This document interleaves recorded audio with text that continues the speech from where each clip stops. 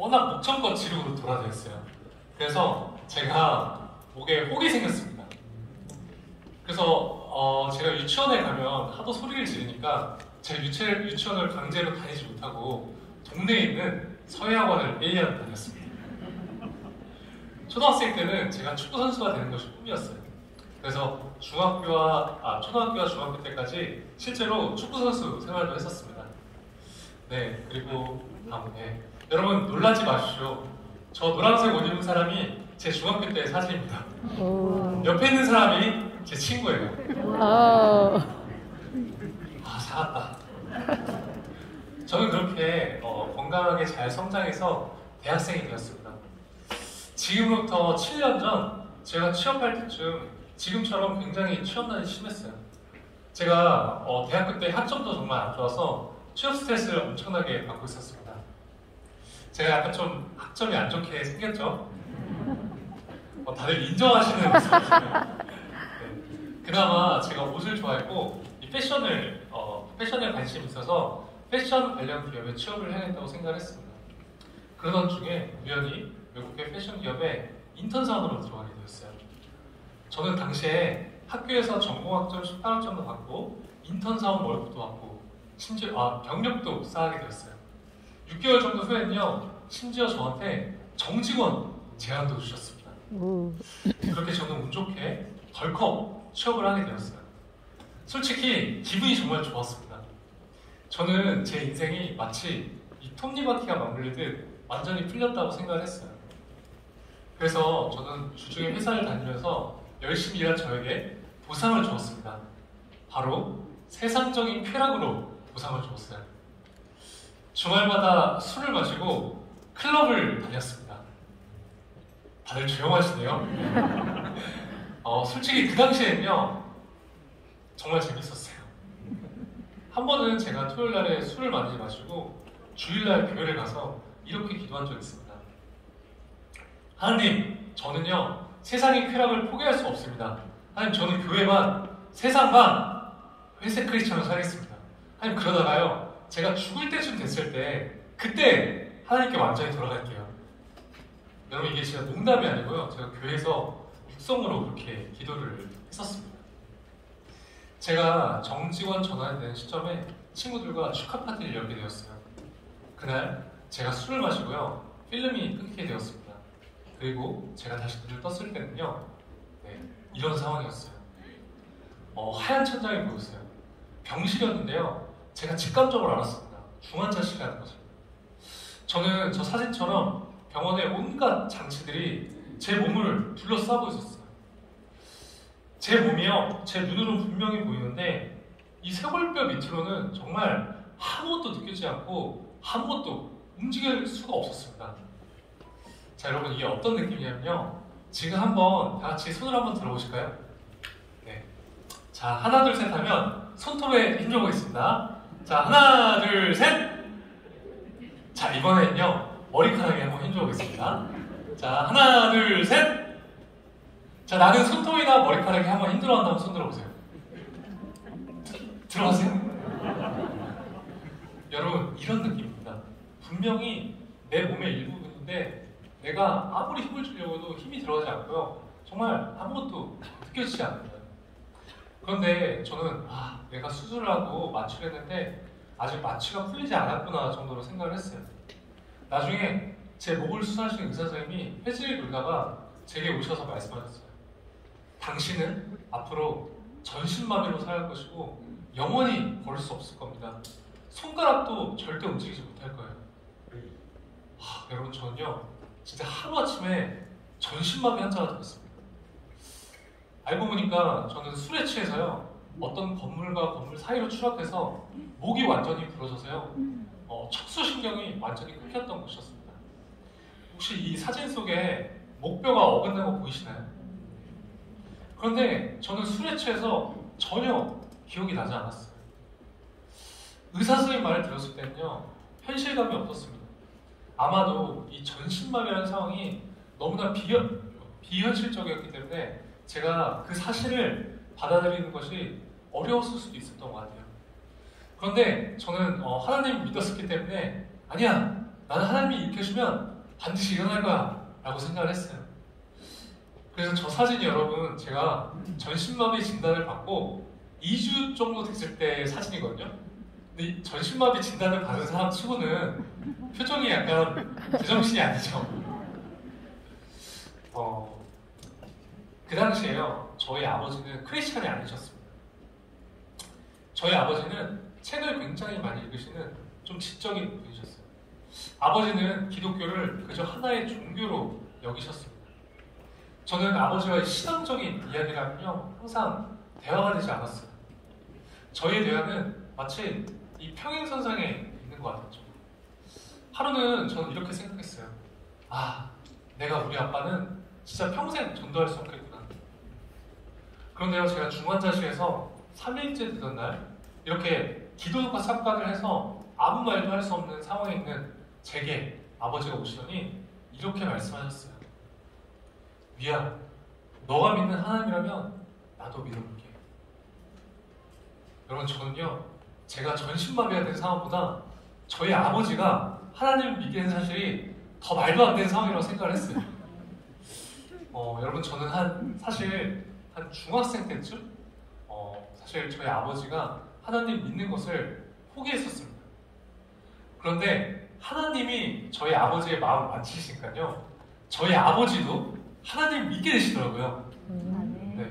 그래서 혹시 여러분들 중에 여러분들이 사랑하는 가족이나 친구들 또 그 주변 사람들의 영육 구원을 위해서 기도하고 계신 분들이 계시다면요 중학생 때 저처럼 절대 포기하지 않으셨으면 좋겠습니다. 저는 제가 직접 경험하니까요 아, 사람 마음이 진짜 터치 한 번으로 바뀌는구나 라는 걸 저는 경험했거든요. 그래서 저는 믿음이 생겼습니다. 그러니까 여러분들은 절대 포기하지 마세요. 전신마비가 되니까요 제가 할 수 있는 것은 아무것도 없었습니다. 여러분, 이 스스로 아무것도 할 수 없게 되었을 때 그 좌절감은요 정말 상상할 수 없을 정도의 상실감을 느끼게 해줬어요. 병원에서의 삶은 치열한 전쟁이었습니다. 그저 이렇게 침대에서 누워서 지내야죠.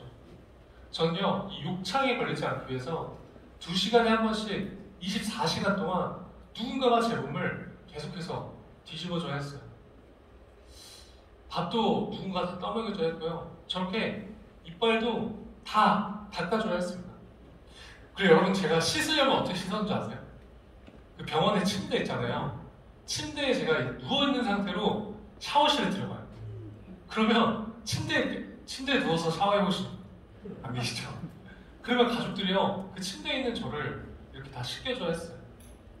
그리고 전신마비가 되면요 장기에도 마비가 옵니다. 대변과 소변을 스스로 볼 수 있는 기능을 상실하게 돼요.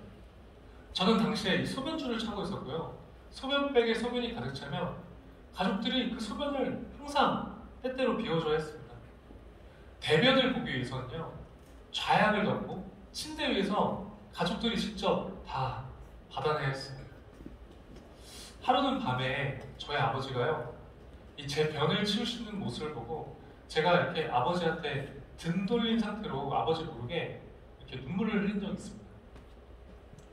이제는 이 검은 머리카락보다 흰 머리카락이 많으신 아버지를 이 28살이 된 아들의 뒤처리를 하게 만드는 제 자신이요 진짜 너무나 싫었어요.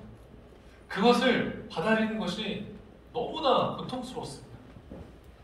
그 당시에 저는 취직을 해서 이제 부모님부터 경제적으로 완전히 독립을 해서 저는 효도해드릴 수 있다고 생각했었거든요. 물론 인턴 사원 얼마 되지 않았지만 처음으로 부모님께 그 봉투에 용돈을 넣어서 드렸을 때 저는 진짜 행복했어요. 그런데 하루아침에 전신마비 환자가 돼서 28살짜리 아이가 되어버렸으니까요. 진짜 도저히 믿기지도 않고 그 현실을 인정하고 싶지 않았어요. 사실 처음에 제가 입원해 있을 때는 저희 가족은 저를 위해서 간병인을 고용하려고 했습니다. 그런데 저는 간병인한테요 이 성인이 된 저의 이런 모든 민낯을 보여주고 싶지 않았거든요. 그래서 저는 가족들한테 미안해서 아무 말도 할 수가 없었습니다. 근데 제게 3살 차이 나는 남동생이 있는데요. 제 동생이 당시에 대학교 4학년이어서 졸업을 준비하고 있었는데요. 동생이 부모님께 이렇게 말을 했대요. 엄마, 우리 형은 간병인한테 맡기고 싶지 않아요. 엄마, 형을 내가 직접 간병할 수 있게 해주세요. 그렇게 동생은 저를 위해 한 학기 휴학을 하고 24시간 제 옆에서 6개월 동안 경관을 해줬습니다. 와, 진짜 정말 감사했어요. 그렇게 쉽게 결정할 수 있는 일이 아니라고 생각을 했는데 동생이 먼저 흔쾌히 그런 결정을 내줘서 너무나 감사했죠. 제가요, 나중에 시간이 지나서 동생한테 이런 질문을 한 적이 있습니다. 지우야, 너한테 장애란 무엇이야? 그러니 동생이 주저없이 대답했어요. 장애는 우리 가족을 단단하게 묶어준 하나의 끈이라고. 왜냐면 가족 모두가요, 협력해서 저를 돌봐야 하기 때문이에요. 그래도 병원에서의 생활은 생각보다 행복하고 감사한 시간들이었어요. 정말 많은 분들이 오셔서 위로해주시고 응원해주셨습니다. 특히 저 한 번도 마주한 적이 없는 목사님들과 저희 교육분들이 많이 오셔서 예배를 많이 드려주셨는데요.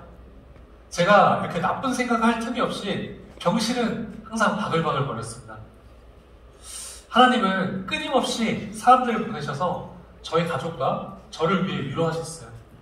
이를 통해 저와 저희 가족은 지치지 않고 힘을 낼 수 있었습니다.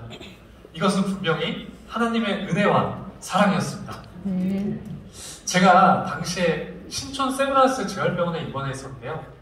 저는 이 전쟁 같았던 하루의 재활을 마무리하면 저녁에 항상 조그만한 이 기도실에 있어요. 왜냐면 저는 예전에 저로 돌아가고 싶었어요. 예전에 건강하게 걷고 뛰던 제 모습으로 돌아가고 싶은 마음이 너무나 간절했습니다. 그래서 여러분, 제가요, 진짜 평생 잘 읽지도 않았던 성경책을 읽기 시작했고요. 매일 저녁 기도했어요. 물론 제 자신만을 위해서 기도했죠. 하나님, 저 제발 일으켜주세요. 하나님, 저 일으켜주시면 저 진짜 뭐든지 하겠습니다. 그런데 어느 날 제가 기도를 하는데요. 저희 병원에 다른 병실에 있는 환자들이 막 떠오르기 시작했습니다. 갑자기 제가요, 그들을 위해서 눈물을 흘리면서 기도를 하게 되었어요. 근데 여러분, 저는 딱 봐도 결코 남을 위해 기도할 만큼 마음같이 넓거나 믿음이 좋은 사람이 전혀 아닙니다. 그 눈물의 기도는요, 하나님이 주시는 긍휼의 마음이었어요. 저는 저희 재활병원에서는 상대적으로 경증 환자였습니다. 저희 재활병원은 저보다 심각한 상태에 계신 분들이 너무나 많았어요. 특히 이 뇌가 손상되신 분들이 많았죠. 하루는 다른 병실에 한 고등학생 남자아이의 어머님이요, 이렇게 전신마비가 돼서 누워있는 제게 오시더니 이렇게 말씀하셨어요. 우리 아들이 위 너만큼만 됐으면 좋겠어. 여러분, 상상이 되세요? 전 그때 이렇게 생각했어요. 아니, 어떻게 전신마비에 된 나한테 와서 이런 말을 하실 수가 있지? 그 어머님의 아들은 고등학생이었고 펜싱 국가대표 상비군이었는데요. 교통사고로 뇌가 손상이 돼서요, 밥도 먹을 수 없고 대화가 전혀 불가능하고요, 회복을 기대하기가 너무나 어려운 상황이었습니다. 저는 마음이 너무 아팠지만 겉으로 울 수가 없었어요. 제가 입원했던 곳에 대부분의 환자들이 이런 어려운 상황 가운데 놓여져 있었어요. 그렇게 아까 그 기도실에서 제가 1시간 정도 울면서 기도를 했습니다. 그리고 그때 하나님이 제게 마음으로 강력하게 말씀하시는 것 같았어요. 위야, 너는 앞으로 반드시 회복될 것인데 너는 너와 비슷하게 아픈 사람들, 또 세상에 이 정신적으로 고통받고 있는 사람들에 가서 반드시 희망이 되는 사람이 되어야 된다. 근데 여러분, 저는 그 당시만 해도요, 휠체어를 혼자 밀 수조차 없는 상태였거든요. 그래서 저는 구체적으로 내가 앞으로 어떻게 사람들한테 희망을 줄 수 있을지는 전혀 알지 못했고 감이 오지 않았어요. 저는 6개월 정도 병원 생활을 했습니다. 그리고 퇴원을 했어요. 제가 퇴원을 했지만 저의 모든 생활은 가족한테 의지할 수밖에 없었어요. 대변과 소변도 여전히 가족들이 다 받아내야 했고요. 저는 당시에도 혼자서 휠체어를 잘 밀 수조차 없었어요. 그리고 처음에는요, 제가 집에서 혼자 휠체어에서 침대로 옮겨 누울 수조차 없었죠. 침대에 누우려면 저희 아버지나 남동생이 집에 올 때까지 꼼짝없이 기다려야 했어요. 휠체어에서 제 몸을 들어서 여기 침대에 옮기려면 적어도 성인 남성 이상의 힘이 필요했기 때문이에요. 저는 그래서 이렇게 생각했습니다. 아, 내 인생은 그 누구도 나를 대신해서 살아줄 수 있지 않기 때문에 반드시 내가 독립적으로 생활할 수 있을 때까지 재활을 해야겠다. 저는 정말 살기 위해 죽을 힘을 다해 재활을 하기 시작했어요. 네, 저희 집 근처에 한강이 있는데요. 제가 처음에는 휠체어를 혼자 10m도 잘 밀지 못했어요. 그런데 저는 비나 눈이 오지 않으면 매일 한강에 3시간 정도 나가서요, 휠체어를 밀었어요. 진짜 여러분, 영하 5도 밑으로 떨어지지 않으면 온몸에 핫팩을 붙이고 나와서 휠체어를 밀었어요. 그래서 제가 어느 날 저희 집이 서울 용산인데요. 제가 휠체어를 타고 3시간을 걸려서 11km 떨어져 있는 그 상암 월드 경기장 난지도 한강공원까지 제가 혼자서 휠체어를 밀 수 있게 되었습니다. 저는 그때 이렇게 생각했어요. 아, 이제 내가 우리 집에서 11km 떨어진 곳에 혼자 놓여지더라도 혼자서 집은 갈 수 있겠구나. 그리고 저는 소변줄을 빼고 일회용 소변줄을 이용해서 혼자서 스스로 소변도 볼 수 있게 되었습니다. 그리고 엄청난 재활 훈련 끝에 드디어 혼자 침대에 옮겨 누울 수 있게 되었어요. 여러분, 이 휠체어에서 침대로, 침대에서 휠체어로 이렇게 자유롭게 옮길 수 있다는 것이요, 진짜 얼마나 감사한지 모릅니다. 그리고 제가 진짜 피나는 운동과 상체 힘을 키워서요, 혼자서 차에 휠체어를 싣고 운전도 가능하게 되었습니다. 네.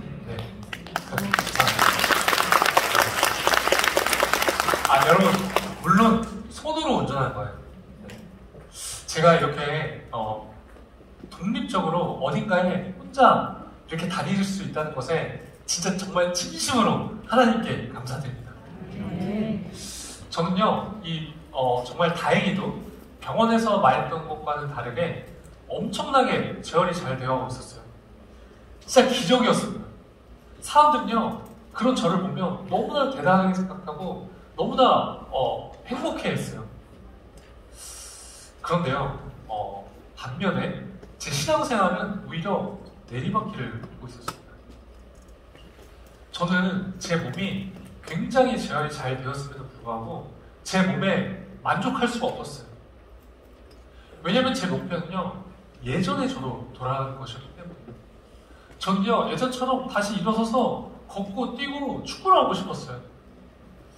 저는 하나님한테 매일 일으켜달라고 기도를 했지만 하나님은 듣고 계시지 않은 것 같았어요.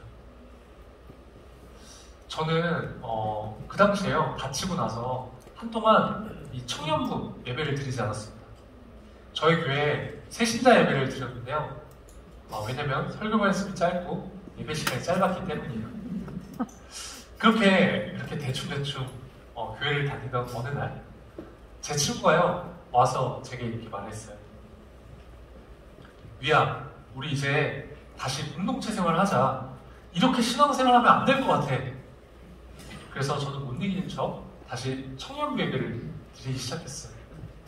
제가요, 청년부 2년 때 되는 해에 제가 정말 어마어마한 사람 만나게 됩니다.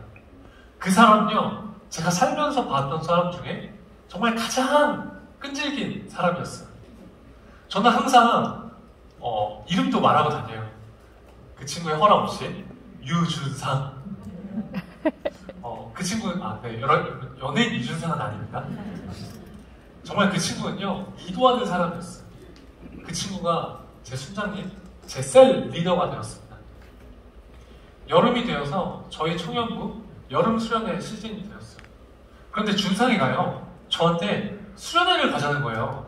그래서 제가 단칼에 거절했습니다. 이 휠체어를 타고 수련회에 참가하는 것은요, 저한테는 너무나 큰 도전이었기 때문이에요. 그리고 여러분, 저는요, 아직도 잠을 자려면 그 욕창에 걸리지 않기 위해서 침대 매트리스가 필요하거든요. 준상이가 말했습니다. 위야, 수련회장에 침대가 있대. 그리고 내가 더 도와줄게. 어떤 스타일인지 아시겠죠? 그 교회에 이렇게 떠올리시는 그분. 네. 전 그렇게 용기를 얻고 수련회에 가게 되었습니다. 수련회에 갔지만 저는 여전히 하나님과의 관계는 굉장히 냉랭했어요. 수련회 마지막 날 밤 집회 시간이었어요. 설교 말씀이 끝나고 기도 시간이 되었는데 저는 이렇게 기도했습니다. 하나님, 오케이. 저 이제 더 이상 일어나지 않아도 좋습니다. 그 대신에 하나님, 오늘 저 하나님이 살아계신지만 제게 꼭 보여주세요. 하나님, 제가 하나님을 눈으로 보든 피부로 느끼든 바람으로 느끼든 어떤 방법이든 좋으니까요. 하나님, 오늘 제발 하나님이 살아계신지만 제게 꼭 보여주세요. 제가요, 진짜 간절히 기도했거든요. 여러분, 어떤 일이 일어났을까요? 아무 일도 일어나지 않았습니다. 정말 아무것도 느껴지지 않았어요. 저는 굉장히 실망한 상태에 있었습니다. 그때 저희 공동체 담당 목사님이 이제 주변에 아픈 지체들 이 강대상 위에 올라오세요. 제가 기도해드리겠습니다. 이렇게 말씀하셨어요. 근데 여러분, 저는요, 정말 이 위에 정말 나오고 싶지 않았습니다. 저는 치유 기도를 더 이상 받고 싶지 않았어요.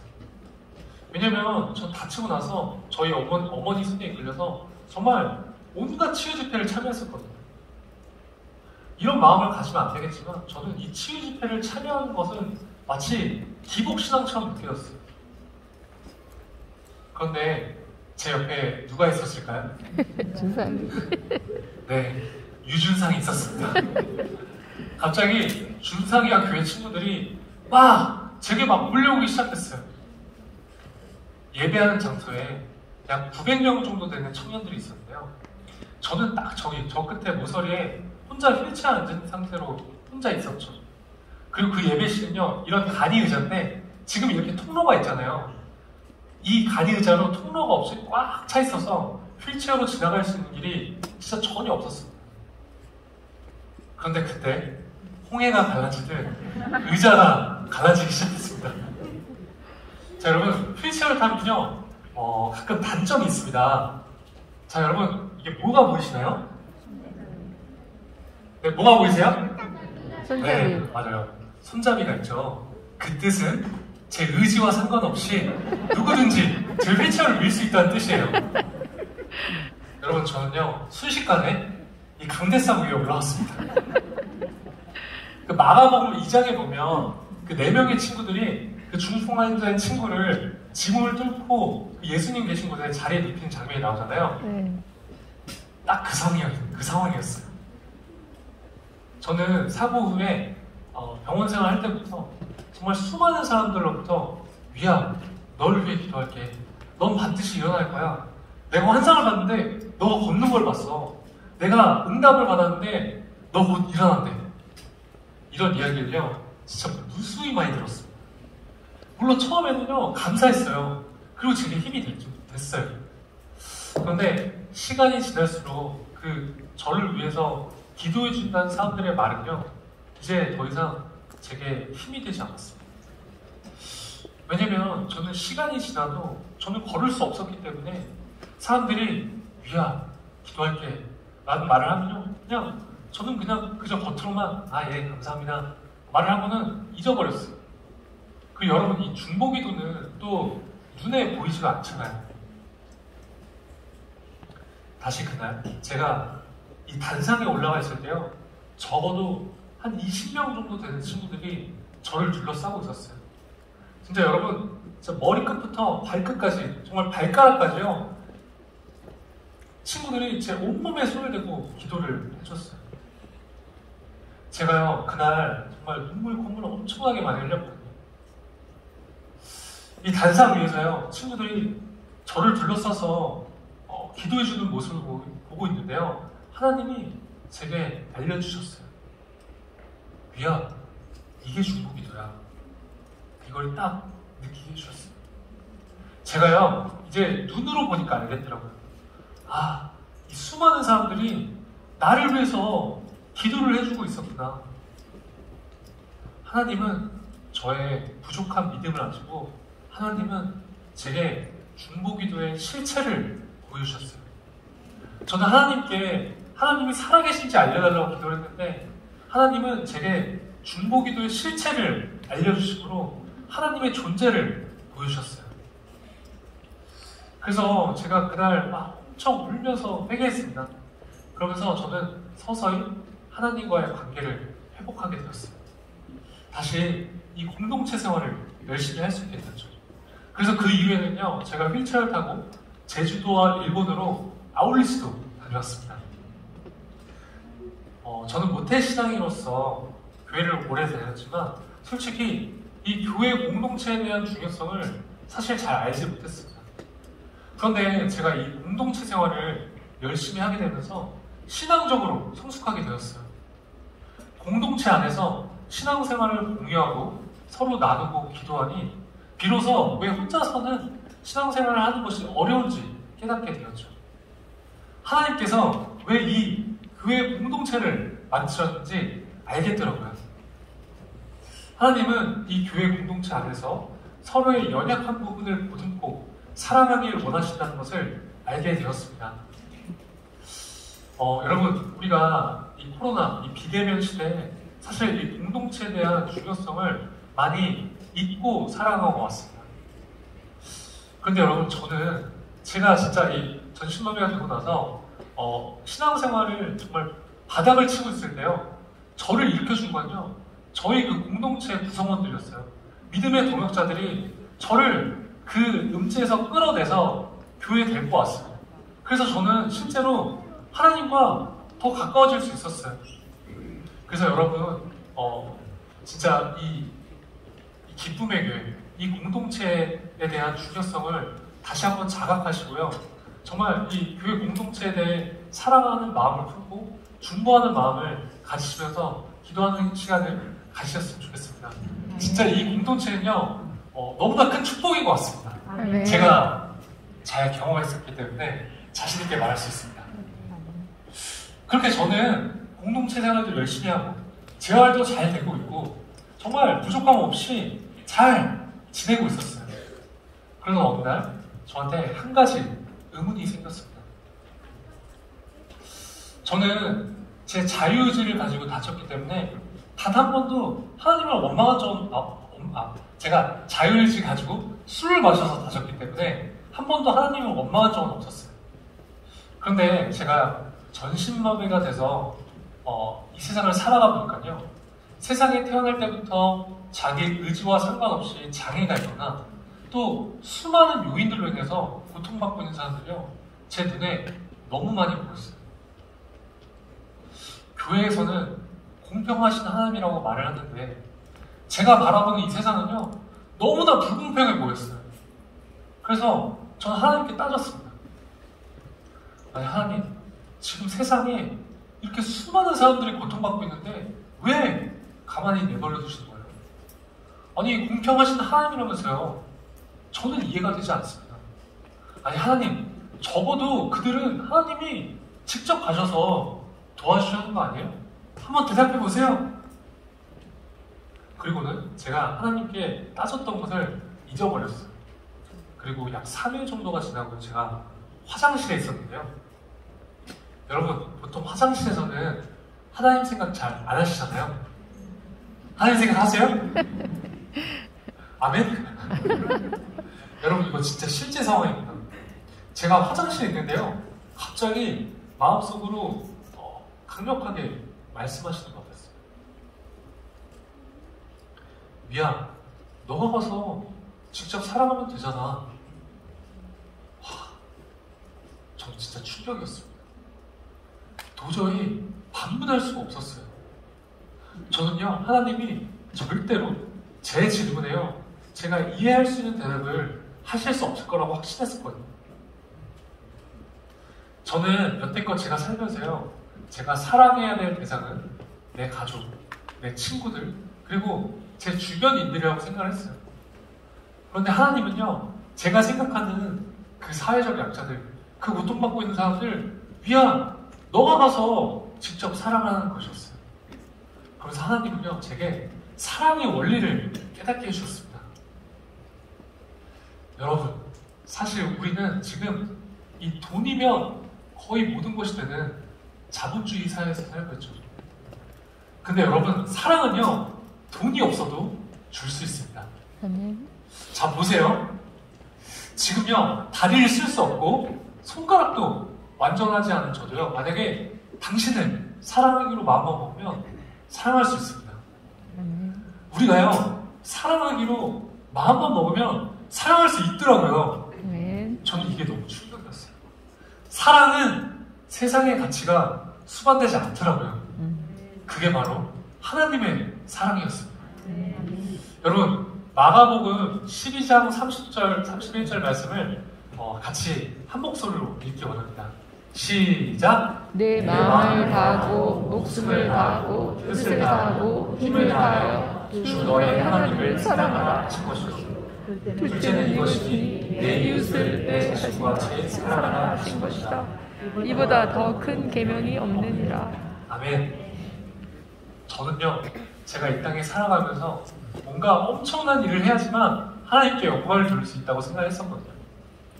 그런데 이 마가복음 말씀처럼 제가 이 세상에 태어난 이유와 목적이 바로 사랑하기 위해서 태어났다는 사실을 깨닫게 되었습니다. 여러분, 저는 너무나 부족하지만 그냥 이 휠체어를 타고 제가 할 수 있는 선에서 그저 열심히 사랑을 베푸는 것이죠. 여러분, 제가 이제 준비한 영상인데요. 혹시 아까처럼 불을 다 꺼주시겠어요? 네. 준비한 영상 보고 오시겠습니다.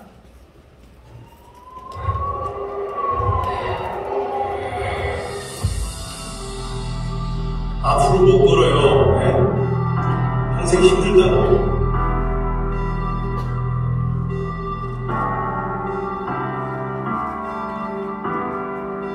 다시 눈을 떴을 때 내 몸은 나의 몸이 아니었다. 아이, 커마, 내가 안 된다 그랬잖아. 왜 자꾸 그걸 시도해보고 그래?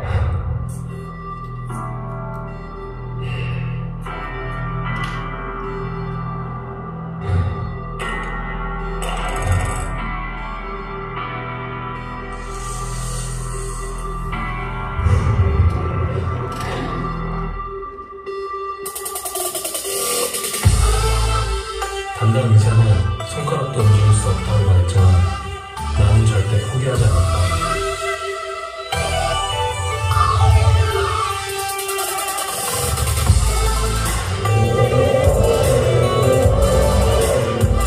나는 이제 내 꿈을 찾아 도전을 시작한다.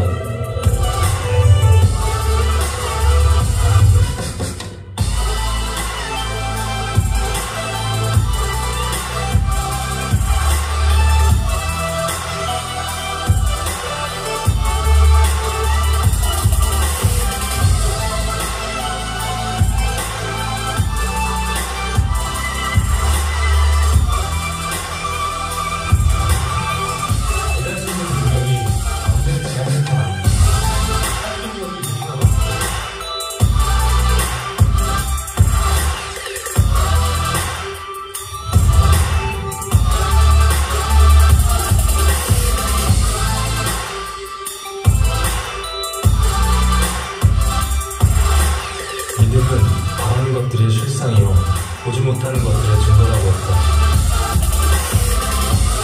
혹자에겐 터무니없는 믿음으로 보일지 모르겠지만 모든 사람 앞에서 반드시 일어나 보이겠다.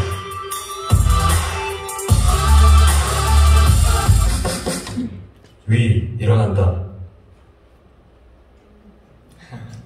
네, 감사합니다. 네, 이 영상은요 제 실제 이야기를 바탕으로 해서 만들어진 영상입니다. 영상 초반에 의사 선생님 역할을 하셨던 분은요 저희 친이모부세요. 저희 이모부가 물리치료사 선생님이신데 저렇게 의사 가운을 입고 애드립으로 저렇게 연기를 잘 해주셨습니다. 그래서 저는 덕분에 돈이 들지 않았습니다.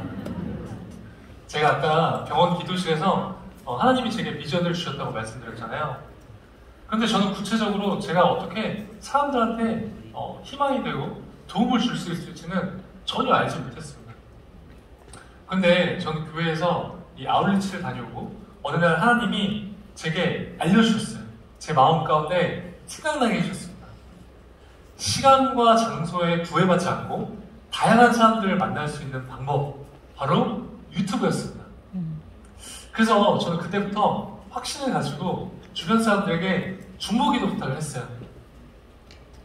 여러분, 제 이름이요 박위입니다. 영어로 위는 우리라는 뜻이 있죠. 그래서 위 플러스 미라클, 우리 모두에게 기적을 라는 뜻을 가진 이 미라클 채널을 만들게 되었습니다. 이 채널의 가장 큰 목적은요, 사람을 살리는 것입니다. 우리가 살아가는 이 모든 일상이 기적임을 일깨우면서 몸이든 마음이든 아픈 지체들에게 삶의 소망을 던지는 것이죠. 어느 날 울산의 한 목사님으로부터 연락이 왔어요. 당신의 아들이 저처럼 척수신경이 손상이 돼서요, 전신마비가 되었다는 거예요. 목사님이 너무 힘들어하셨어요. 얼마나 힘들어하셨냐면요, 목사님이 그 당시에 혼자서 샤워실을 들어가지 못하셨대요. 폐쇄공포증이 생기셔서. 그래서 목사님이랑 저랑 하루에 2시간씩 매일매일 통화를 했었는데요.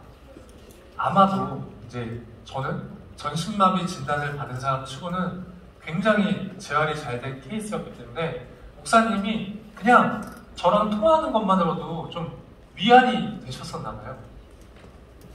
근데 여러분, 저는 이제 모태신앙인으로서 제 기준에서는요, 이 목사님이라는 존재는 뭔가 인간 이상의 존재라고 생각을 했었거든요.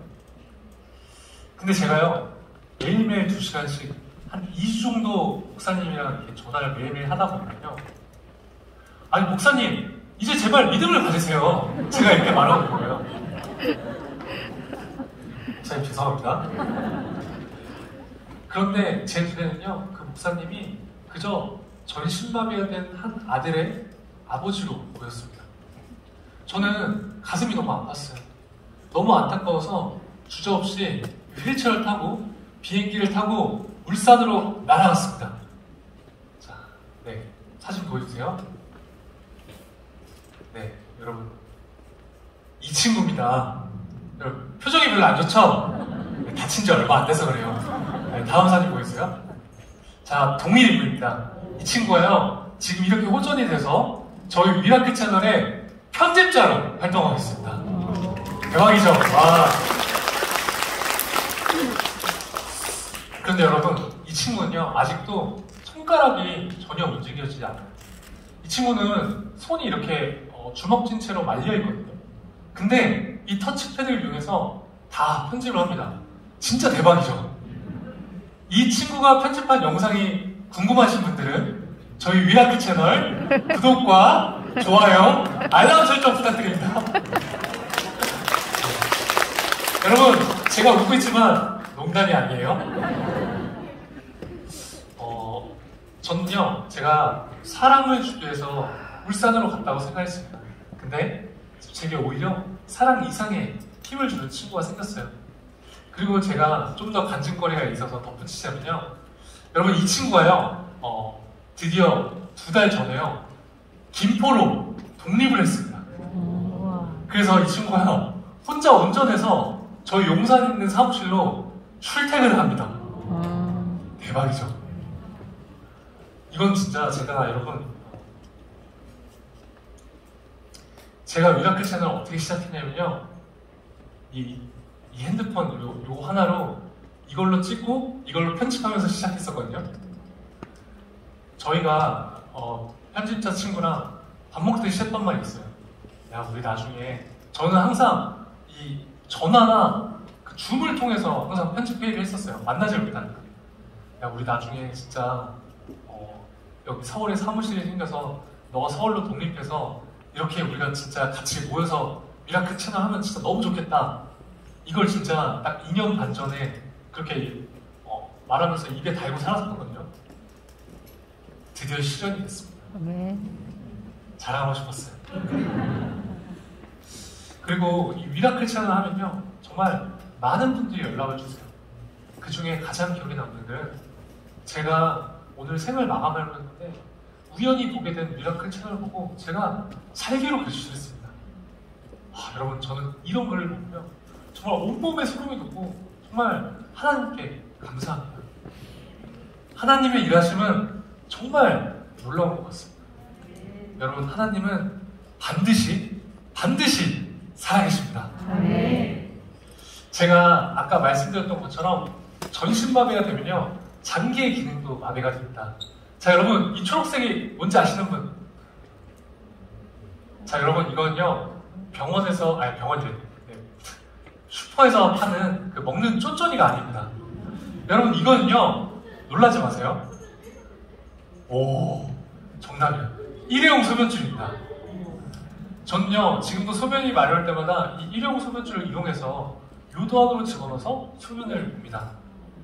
문제는요, 항상 세균 감염 위험에 노출이 되어 있다는 거예요. 그래서 어느 날 제가 세균 감염이 돼서요, 요로 감염에 걸리고 말았어요. 그래서 열이 40도가 넘어서요, 구급차를 타고 응급실로 실려갔습니다. 이 신장에 염증이 생겨서 신우신염이라는 병에 걸리게 되었는데요. 그 병의 증상은 그래요. 열이 40도가 넘어도요, 항생제가 되지 않기 때문에 할 수 있는 방법이 아이스팩을 이렇게 온몸에 대는 것 말고 없는 거예요. 그러면 아이스팩을 대고 있으면 일시적으로, 순간적으로 열이 한 39도로 떨어지거든요. 근데 여러분, 39도인데 온몸에 오한이 와요. 그러면 다시 추우니까 이불을 덮는 거예요. 그럼 열이 다시 또 40도가 넘어요. 그러면 다시 아이스팩을 대요. 여러분, 이 과정을요, 24시간 5일 내내 반복했습니다. 진짜 너무나 고통스러웠어요. 그리고 여러분, 한번 상상해보세요. 저는요, 여기 밑으로 마비이기 때문에 저는 팔로 모든 생활을 하기 때문에 링겔을 여기다 꽂으면 너무 불편해서, 여러분, 그 발등에 여기 핏줄 튀어나온 부분 아시죠? 거기다 링겔을 꽂았거든요. 그 휠체어를 타고 여기다 링겔 꽂고 이렇게 이거 잡고 이렇게 민다고 생각해보세요. 제 자신이 너무나 초라하고 너무나 서러웠었어요. 제가 그 당시에 비뇨기과 5인실에 입원했었는데요. 저만 제외하고 나머지 분들은요, 다 연세가 있으셨어요. 암 환자. 다리가 팔처럼 가늘어지시고 그저 연명하시는 분. 그 중에 저 혼자 젊은 사람이었습니다. 제가 아침 7시에 딱 눈을 떴어요. 제가요, 진짜 전신마비가 되고 나서도 한 번도 이 전신마비 된 것 때문에는 운 적이 없었는데요. 그날은 꼬박 1시간 울었어요. 옆에 제 친동생이 간병을 해주기 위해서 이렇게 자고 있어서 들을까봐 제가 소리를 내서 울 수가 없었어요. 진짜 온갖 부정적인 생각이 막 들어오기 시작했습니다. 지금은 내가 그나마 젊으니까 이렇게 못하지. 내가 진짜 나이가 들어서도 진짜 일어나지 못해서 휠체어를 계속 타고 있으면 어떡하지? 나를 케어해줄 수 있는 내 가족이 내 곁에 없으면 어떡하지? 나중에 이 금전적인 여유가 없어서 내가 병원비를 낼 수 없는 상황이 생기면 어떡하지? 너무나 서러웠습니다. 제 미래가요, 너무나 두렵게 느껴졌어요. 정말 온갖 잡다한 생각들이 저를 사로잡았습니다. 제가요, 그때 5일 동안 쉬지 못한 상황이기 때문에 이제 씻어야겠다고 생각을 했어요. 도저히 이런 기분은요, 그 하루를 버텨낼 수 없을 것 같았죠. 그래서 제가 화장실에 가서 세수를 하기 시작했습니다. 여러분, 제가 울면서 세수를 했는데요. 그 빌립보서 4장 13절 말씀 잘 아시죠? 제가 어떻게 세수했냐면, 내게 능력 주신 나 안에서 내가 모든 걸 살 수 있는다. 여러분, 그냥 이 말씀이요, 그냥 힘이 되니까 마치 주문을 외우듯이 일부러 소리를 내면서 울면서 세수를 했어요. 근데 여러분, 제가 이렇게 눈을 감고 세수를 하고 있는데요, 갑자기 십자가가 떠올랐습니다. 저는 정말 어이가 없었어요. 아니, 하나님, 지금 제가 이렇게 힘들어 죽겠는데 왜 하필 이 상황에서 저한테 십자가가 떠올라요. 저는 또 따졌어요.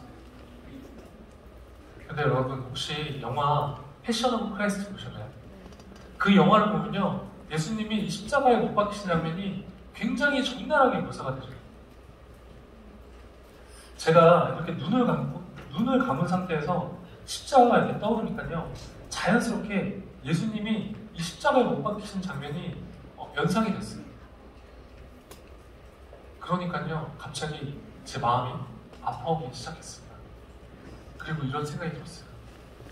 아, 예수님이 십자가의 고통에 비하면 지금 내 고통은, 내가 느끼고 있는 이 고통은 아무것도 아닐 텐데.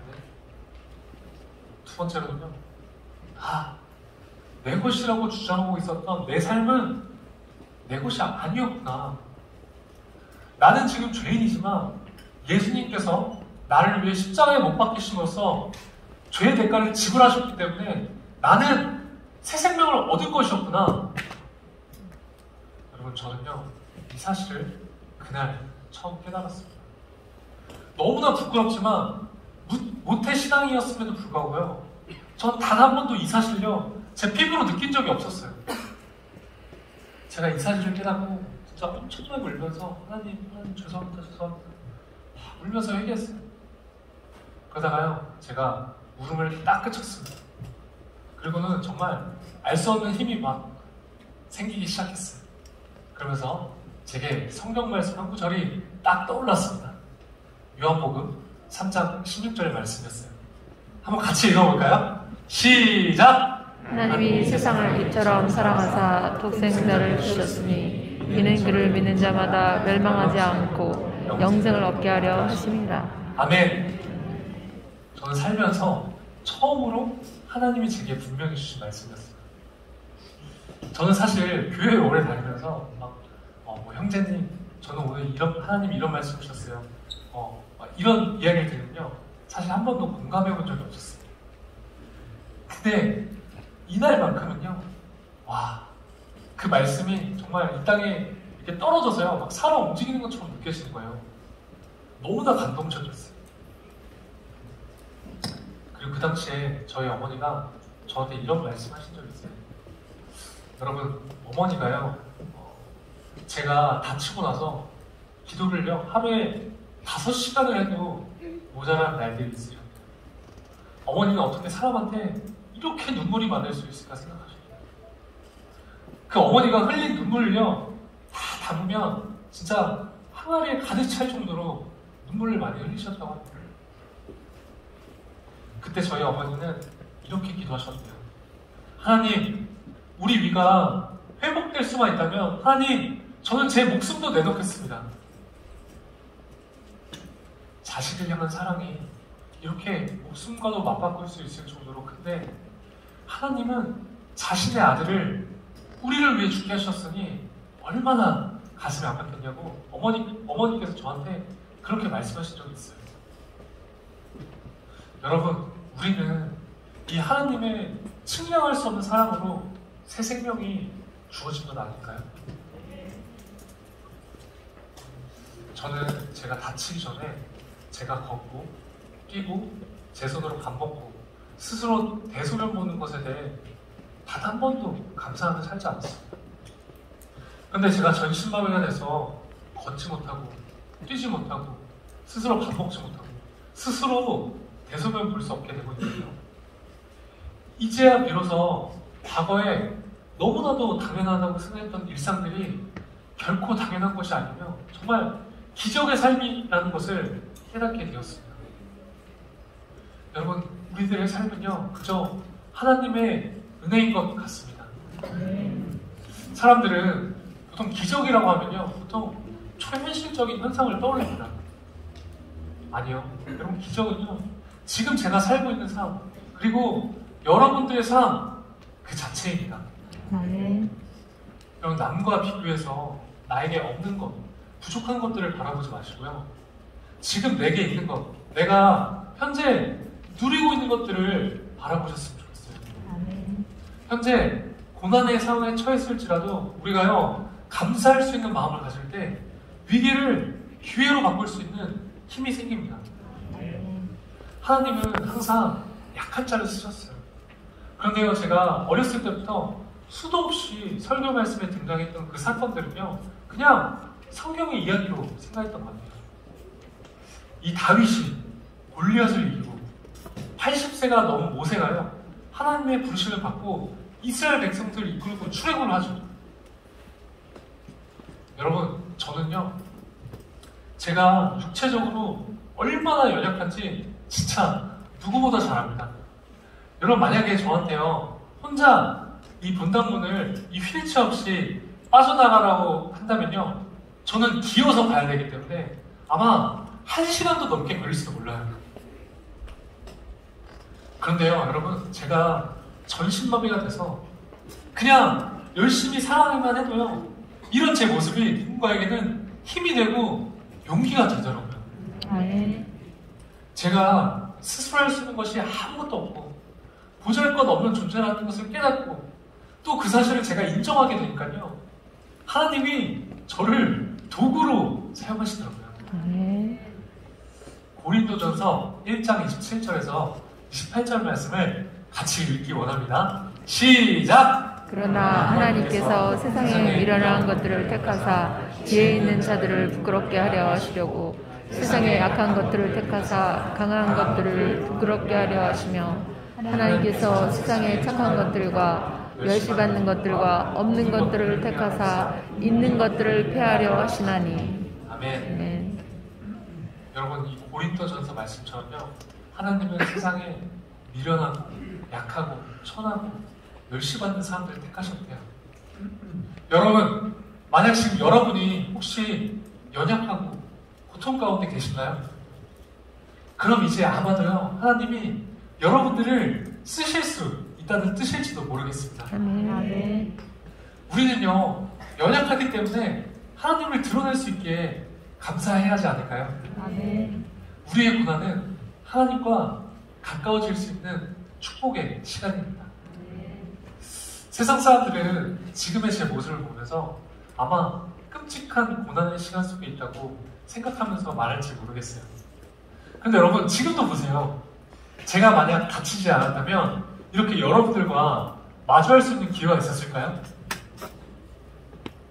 저는 이 전신마비가 된 생활을 통해서요, 삶의 진정한 행복과 가치를 깨닫게 되었어요. 그리고 실제로 하나님과 더 가까워졌습니다. 네, 마가복음 12장 31절 말씀 한번 또 마지막으로 같이 읽기 원합니다. 시작! 둘째는 이것이니 내 이웃을 내 자신과 같이 사랑하라 하신 것이라. 이보다 더 큰 계명이 없느니라. 아멘.